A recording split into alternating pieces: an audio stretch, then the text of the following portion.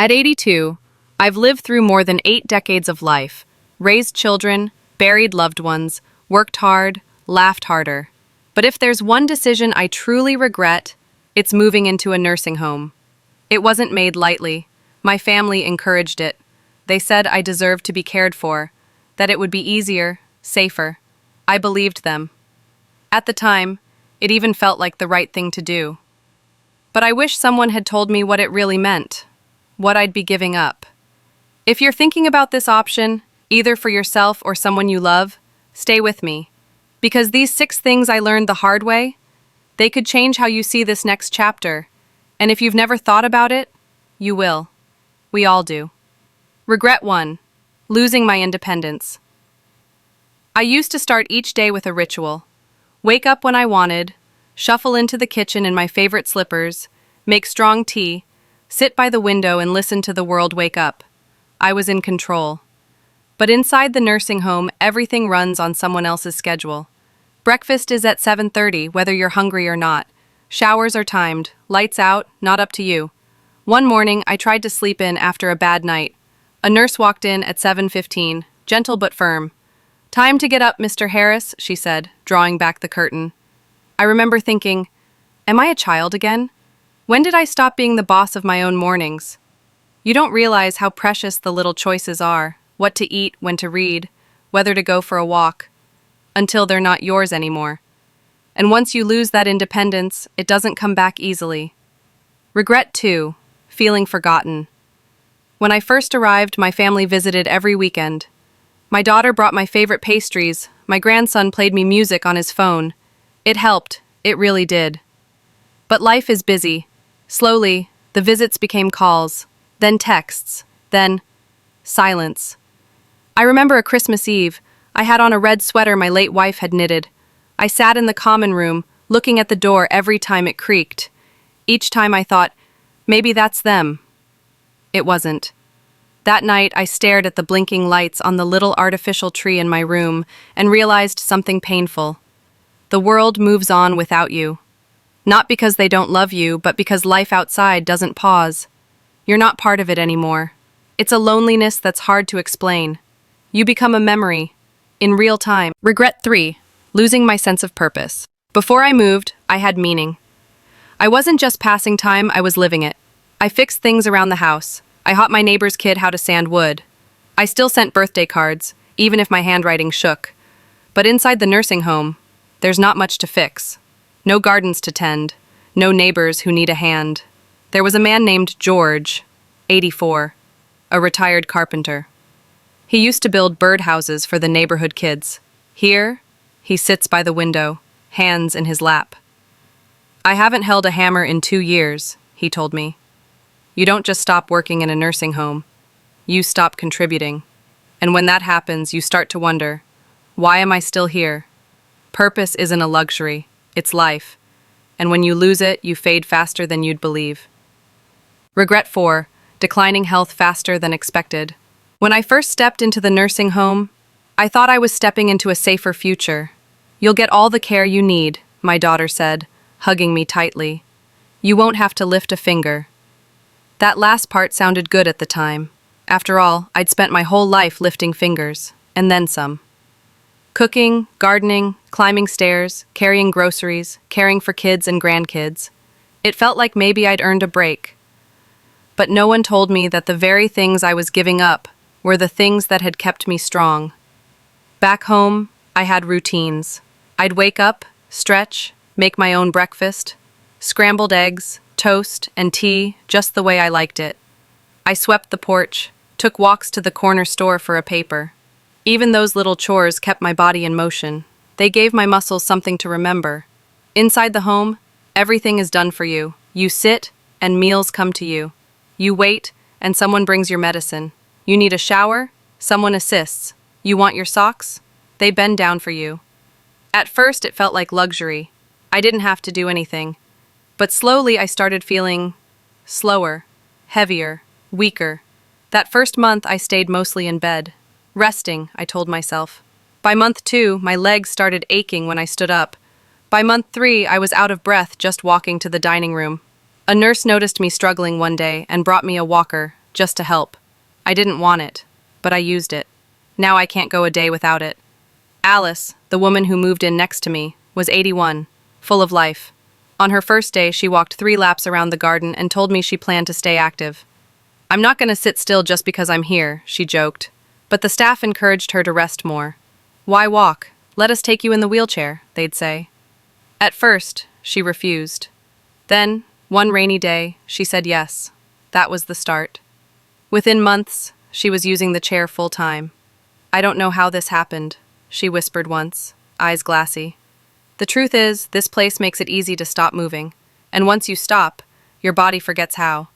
Muscles. I used to get up without thinking. Now I have to plan every step. It's not just physical. When you feel weak in body, your spirit follows. I used to smile more, crack jokes, hum songs to myself. Now I catch myself staring out the window, quiet, watching the wind move leaves I can't chase anymore. We were told this place would keep us healthy. And yes, they monitor vitals, they hand out pills. But health isn't just blood pressure and medication, it's motion, it's purpose, it's feeling useful. No one told me that the help I'd get would slowly strip away the very strength I had left. And the hardest part? Once you lose it, it's almost impossible to get it back. So if you're still active, if your legs can still carry you even a little, cherish that. Fight for it. Because once you sit down for too long, your body starts to believe that's all it's meant to do. Regret 5, the loss of privacy and dignity. At home, privacy was a right, not a privilege. I could close the door, take a long bath, lie in bed in silence, or sing off key while cooking dinner. I could wear mismatched socks and no one cared. I could cry without an audience and smile without explanation.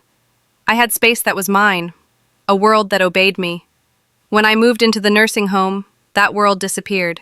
Here, privacy becomes a delicate thread, thin, fragile, and constantly at risk of snapping. Room checks happen at all hours. "Just making sure you're okay," they say as they knock and enter in one motion. I used to flinch. Now, I hardly react.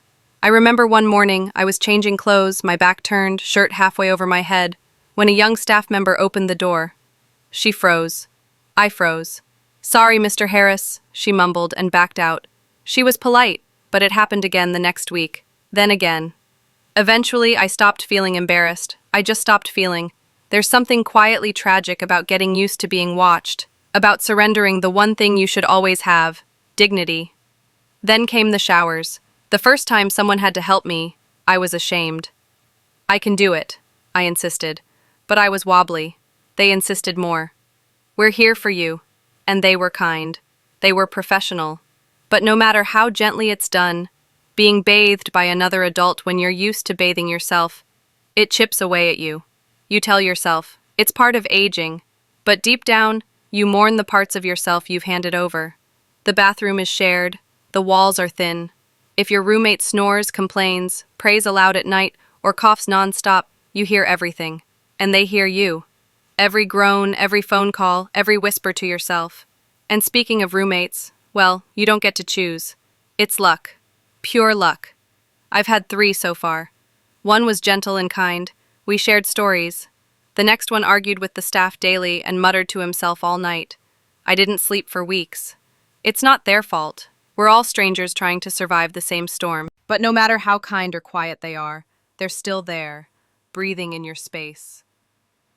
You stop feeling like an individual and start feeling like an occupant. Even decorating your little section of the room comes with limits. No candles, no hanging too much on the wall, no locks, no real privacy. Your space is never fully yours. You are a guest in your own life. Worst of all, you stop protesting. At first, you ask for doors to be knocked on. Then you ask for them to wait before entering. Then you stop asking, because they forget, or they're in a rush, or they're overworked. And slowly, you start believing maybe your comfort just doesn't matter as much anymore. Dignity is not just about being clean or safe. It's about choice, control, respect. And here, those things get chipped away, little by little, until one day you look in the mirror and wonder, when did I stop being me? So if you're still living at home, still able to dress, shower, and sit alone with your thoughts, treasure it. Because in places like this, even silence is shared. Even the smallest freedoms are rented, not owned. And dignity, well, once you start losing it, no one rushes to give it back. Regret 6, realizing it's harder to leave than you think. 1:30 minutes I told myself it was temporary, a trial run. But life doesn't work that way. Once you're in, things change fast. Your home starts collecting dust. Your family starts making practical decisions, selling the car, donating furniture. We just want you to be safe, they say. But what they don't say is that going back gets harder every day. Physically, you're weaker. Emotionally, you're scared. Financially, the home is expensive and your savings shrink. The longer you stay, the smaller your world becomes. You forget how to live outside. And one day, someone says, "Well, this is home now." And you realize, they're right, even if you don't want it to be. I don't regret growing old. Aging is a privilege. But I do regret surrendering my freedom too soon. I walked in hoping for comfort, safety, and support. I didn't expect to lose my identity in the process. Are nursing homes evil? No. Some do their best. Some people need them. But if you're still able, if you can still manage, fight for your independence. Explore home care. Lean on community. Ask for help before you give up your freedom. Because once you move in, life will never be the same. If you made it this far, thank you. Your time means everything to people like me who often feel forgotten. Leave a comment, tell me one thing you're going to do differently, or just say hello, I read them all. Please like, subscribe, and share this video. Someone you love might need it more than you know. Let's age with dignity, with awareness, and, if we're lucky, on our own terms.